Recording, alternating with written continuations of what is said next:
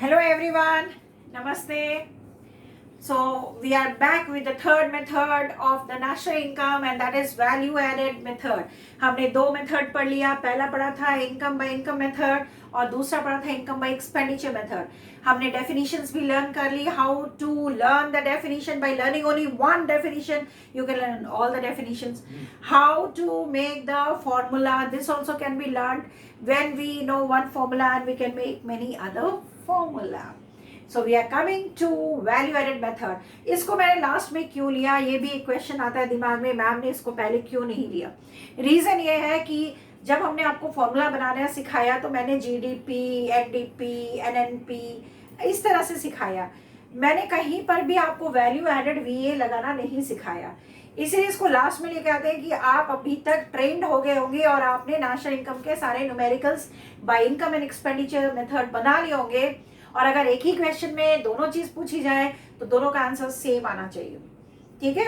National income अगर हम निकालते हैं by any of the method the answer is always the same. So now we are moving to value added method. अब value added नाम है, इसका मतलब क्या होता है, एक प्रोडक्ट एक जगह से दूसरे के पास जाती है तो उसमें उसका वैल्यू पहले से ऐड हुआ रहता है. वो नया क्या ऐड किया उसको माइनस करके फिर हम नए प्रोडक्ट का कॉस्ट को देते हैं.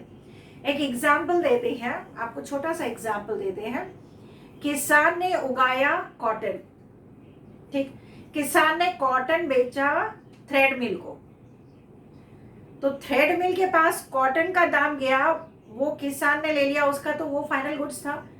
थ्रेड मिल ने उस कॉटन से कॉटन थ्रेड बनाए और मार्केट में बेचा. थ्रेड मिल वालों ने उसको बेचा कॉटन टेक्सटाइल के पास. अब देखो, थ्रेड मिल वाले ने कॉटन जो खरीदा वो उसका हो गया इंटरमीडिएट गुड्स, क्योंकि वो प्रोडक्शन प्रोसेस में लगा दिया, उसका फाइनल गुड्स हो गया थ्रेड.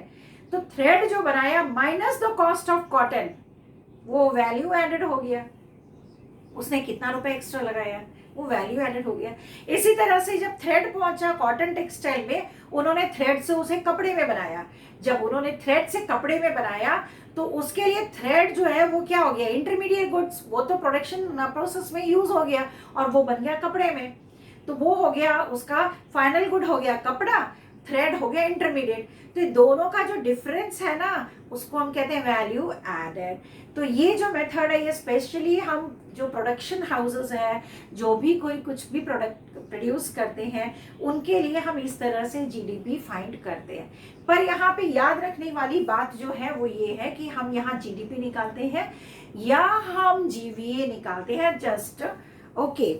नाउ सी हियर, जब भी मैं वैल्यू एडेड मेथड पढ़ाऊंगी तो आपको याद रखना है कि हमें जीवीए एमपी निकालना है.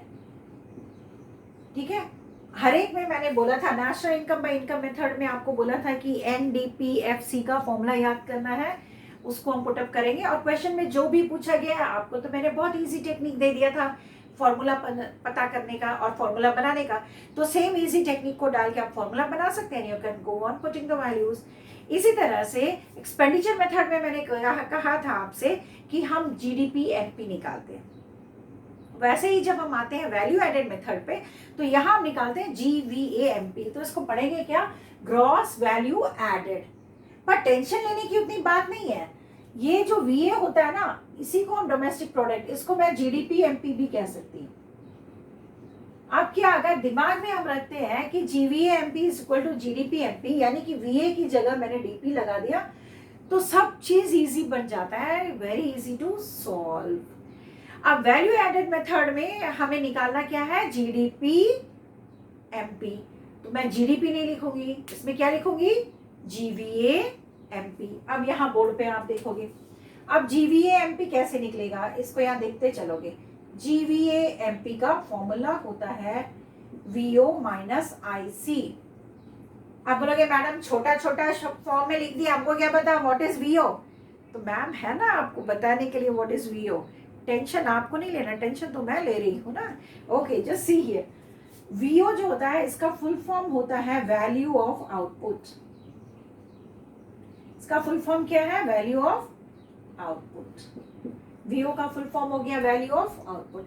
अगर क्वेश्चन में दिया है वैल्यू ऑफ आउटपुट, वो आप यहाँ डाल देंगे. आईसी का फुल फॉर्म मैं यहाँ लिख देती हूँ, आईसी को हम कहते हैं इंटरमीडिएट कंजप्शन। इंटरमीडिएट कंजप्शन, जो बीच में हम कंज्यूम कर रहे हैं, ओके, जो हम बीच में कंज्यूम कर रहे हैं वो हो गया आईसी। अब देखो, जब यहाँ पे वैल्यू ऑफ आउटपुट मैंने लिखा, अगर क्वेश्चन में दिया है वैल्यू ऑफ आउटपुट, डायरेक्टली आप फॉर्मूले में पुटअप कर दीजिए, माइनस आईसी इंटरमीडिएट कंजप्शन। लेकिन आप क्लास 12 में हैं, आप बीकॉम में हैं, आप एमकॉम में हैं, इतना सिंपल देगा नहीं कि डायरेक्ट आपने वैल्यू डाली और आ गया। इवन एमसीक्यू 1 नंबर में इतना सिंपल नहीं देगा, तो वो कहाँ हमें कॉम्प्लिकेटेड बना देंगे। कॉम्प्लिकेटेड जो जगह पे बनेगी वो अब आपको सुनना है। अब वैल्यू ऑफ आउटपुट नहीं दिया है आपको, क्वेश्चन में खाली सेल्स दिया हुआ है, ठीक है, only the word is sales. तब आप क्या करोगे, इसमें ऐड करोगे चेंज इन स्टॉक। क्या ऐड करोगे, चेंज इन स्टॉक। मतलब ये कैसे निकलता है, closing stock minus opening stock. Change in stock कैसे निकलेगा, closing stock minus opening stock, ठीक है। तो सेल्स दिया है तो हमें ऐड करना पड़ेगा चेंज इन स्टॉक, तब ये बनेगा वैल्यू ऑफ आउटपुट, तब हम फॉर्मूला में पुटअप करेंगे। इससे भी उनका मन नहीं भरता है और आपको टेंशन देते हैं। क्या देते हैं वो देखो, अब आपको वो देते हैं इस तरह से, sales in domestic market, domestic market. अब ये क्वेश्चन आ गया, सेल्स इन डोमेस्टिक मार्केट। अब देखो बेटा, जब मैं सेल्स की बात कर रही हूँ ना, हर तरह का sale in the domestic market, even in the foreign market, यानी कि जो सेल मैं अपनी कंट्री के अंदर कर रही हूँ, जो सेल कंट्री से बाहर कर रही हूँ, जिसको मैं एक्सपोर्ट कहती हूँ, तो एक्सपोर्ट भी हम ऐड करेंगे और डोमेस्टिक मार्केट, दोनों ऐड होता है तो सेल्स बनता है। अभी ये अधूरा सेल है क्योंकि यहाँ पे खाली डोमेस्टिक वर्ड है, तो अब मुझे क्या ऐड करना पड़ेगा, इसके लिए मुझे इसमें प्लस करना पड़ेगा एक्सपोर्ट्स। एक्सपोर्ट भी एक तरह का सेल है ना, but sales outside the country. Export भी सेल है, पर वो क्या होता है, सेल्स आउटसाइड द कंट्री। तो ये आउटसाइड द कंट्री यानी कि एक्सपोर्ट, क्योंकि यहाँ डोमेस्टिक वर्ड है। ध्यान रखना है क्वेश्चन को एग्जाम में सॉल्व करते समय, sales in domestic market, domestic word है तो आप एक्सपोर्ट्स ऐड करेंगे। आपने एक्सपोर्ट्स ऐड कर दी, और ये change in stock as it is, क्योंकि ये दोनों प्लस करेंगे तो क्या बनता है, मेरा सेल्स बनता है। दोनों प्लस होगा तो सेल्स बनता है, प्लस यहाँ हमने कर दिया चेंज इन स्टॉक। तो चेंज इन स्टॉक हम इस तरह से भी लिख सकते हैं, ये डेल का जो शेप है ये इकोनॉमिक्स में चेंज के लिए होता है, तो this is change in stock. तो ये बन गया आप वैल्यू ऑफ आउटपुट। कभी कभी इससे भी मन नहीं भरता, बोलते नहीं बच्चे को और टेंशन दो। आपको दिया होगा price of goods, price of good per unit, price of good per unit, तो आप इसमें क्या करोगे, इनटू करोगे। किसको इनटू करेंगे, यूनिट्स ऑफ आउटपुट।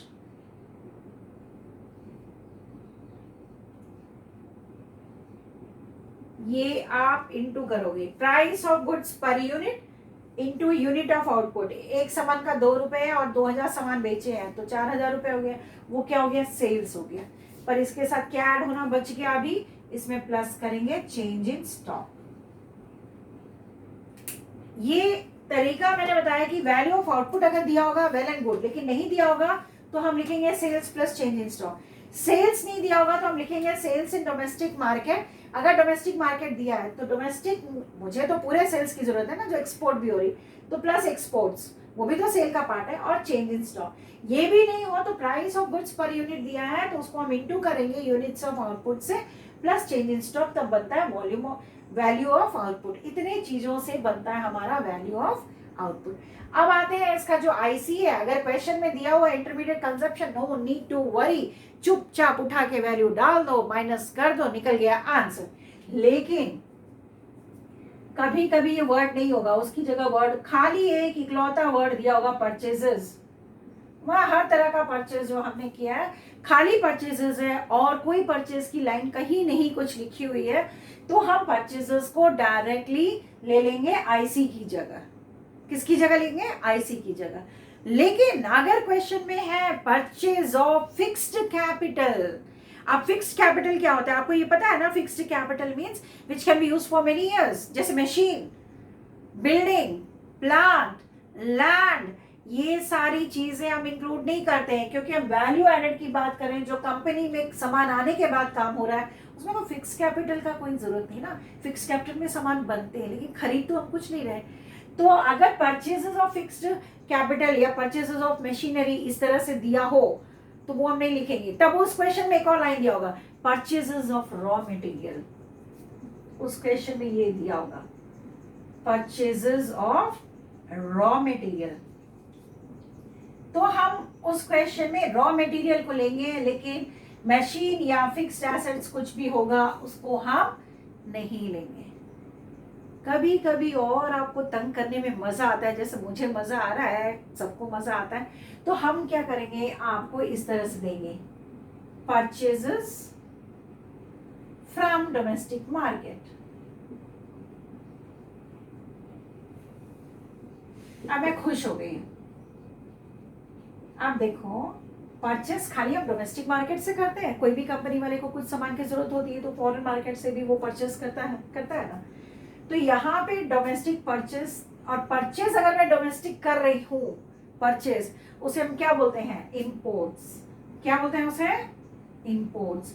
तो अगर डोमेस्टिक वर्ड है परचेजेस के साथ तो आप इंपोर्ट्स प्लस करेंगे, और वही परचेज, वही डोमेस्टिक वर्ड सेल्स के साथ है तो हम एक्सपोर्ट्स करते हैं।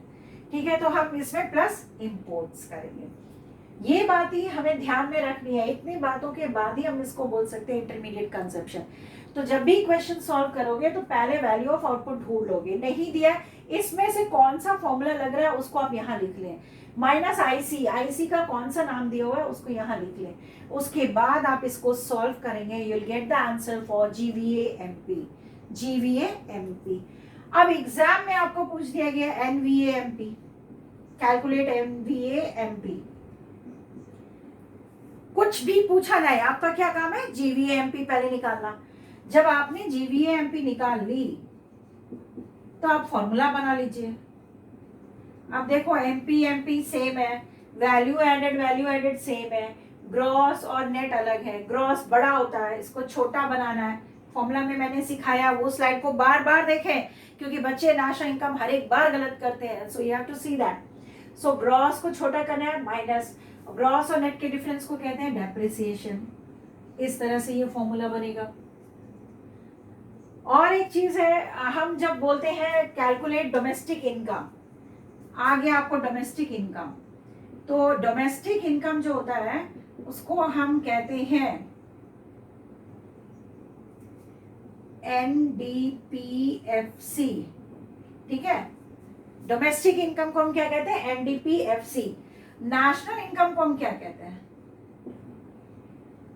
नेशनल इनकम को हम क्या कहते हैं, नेशनल इनकम को हम एनएनपीएफसी कहते हैं। ठीक, आपको क्वेश्चन में आ गया डोमेस्टिक इनकम और वैल्यू एडेड मेथड से भी, तो बहुत सिंपल है, आपको तो ये याद भी रहेगा और आराम से हो जाएगा। कैसे हो जाएगा और कैसे याद रहेगा, आप बोलेंगे मैम तो ऐसे ही बोल देती है, याद होता नहीं। इसमें देखो, आपको फिर डीपी की जगह आप क्या लिखते हैं, वीए, यानी कि एनवीएएफसी, ये बन जाएगा आपका डोमेस्टिक इनकम। है ना सिंपल वैल्यू एडेड मेथड, कितना सिंपल। अब आप कोई भी न्यूमेरिकल उठाएं, वो वैल्यू एडेड मेथड से बोले या बाय इनकम मेथड से बोले या एक्सपेंडिचर मेथड से बोले, और जिसमें भी दो मेथड है, calculate national income by income and expenditure method, calculate national income by value added and expenditure method, ऐसा कुछ भी दिया होगा तो नेशनल इनकम हम किसी भी मेथड से निकालेंगे एक ही क्वेश्चन का, तो आंसर हमेशा सेम आएगा। जब आंसर सेम आ रहा है it means you are 100% right. तो नेशनल इनकम 3 तरीके से जो हम निकालते हैं वो मैंने अभी आपको यहाँ पर बता दिया। नेक्स्ट डे मैं लूंगी कि प्रिकॉशंस हम क्या क्या लेते हैं नेशनल इनकम में, इनकम मेथड में क्या प्रिकॉशंस लेनी चाहिए, एक्सपेंडिचर मेथड में क्या प्रिकॉशन लेनी चाहिए, ठीक है, और वैल्यू एडेड मेथड में। तो ये प्रिकॉशंस होंगी हमारे नेक्स्ट डे की टॉपिक। तो अभी मुझे लग रहा है आपका समर वेकेशन भी स्टार्ट हो गया है, तो आप सब नेशनल इनकम में इतना पकड़ मगर बना लीजिए कि कोई क्वेश्चन कहीं से आए, वो थियरी हो, स्टेटमेंट हो, you should be able to do and make me to feel proud of myself that yes, you are able to solve the difficult numericals, but still you feel that the numerical is very difficult, you have solved for 3 times 4 times but still not getting the answer. Send on my email passionateteacher123@gmail.com, उस पर आप भेज दीजिए, आपको solution मिल जाएगा। Okay, so bye, complete your homework of all the numericals. Meet you again soon.